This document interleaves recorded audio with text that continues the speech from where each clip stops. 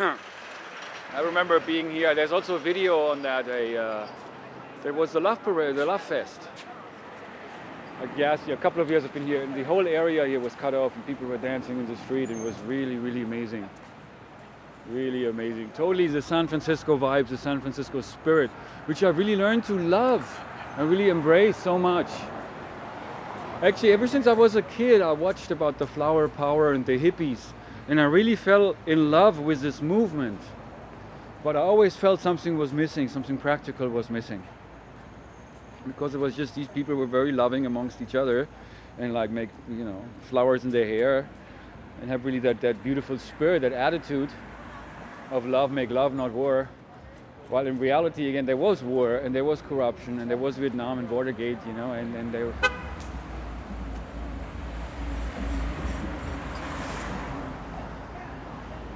So anyway, I felt that something was missing.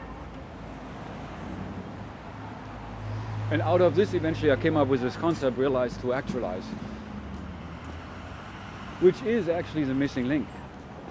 As this here is also quite amazing, and I'll show you that real quick here. Right in the middle of San Francisco, we're close to the Tenderloin, a little community garden. Yeah, there's no place like home, which is actually the message from Dorothy and the Wizard of Oz. There's no place like home, but home is where the heart is. And in this, you're always home. And the things you were looking for, it's within you. That is also the message here, the R2A way of realize to actualize. And in this, it's whatever it is you realize, you actualize about yourself. And so this is about, as you become aware of what it is you realize, and you then gain new realizations, you change what you actualize.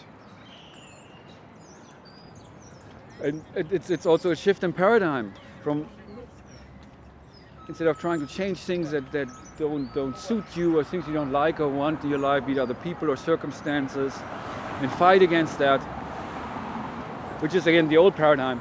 In the new paradigm, you simply learn, and you experience. And again, as you experience, you learn from it, and you grow through it. As you deal with whatever it is you got to deal with, and however things are, it is really about the attitude that determines what you will take from that experience. And either if you grow, or if you allow for it, to take power from you, and as it then agitates you and makes you feel miserable. As other people make you feel miserable or make you feel bad.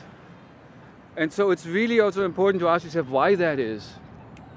And the answer you can find if you stop, you got to stop blaming. We all got to stop blaming other people for whatever. And blaming the circumstance of our life and all of that stuff. And pointing fingers to the enemy outside. You got to stop that and realize, it's time to make peace. And actually, we have been our own worst enemy. We have found the enemy, and the enemy is us.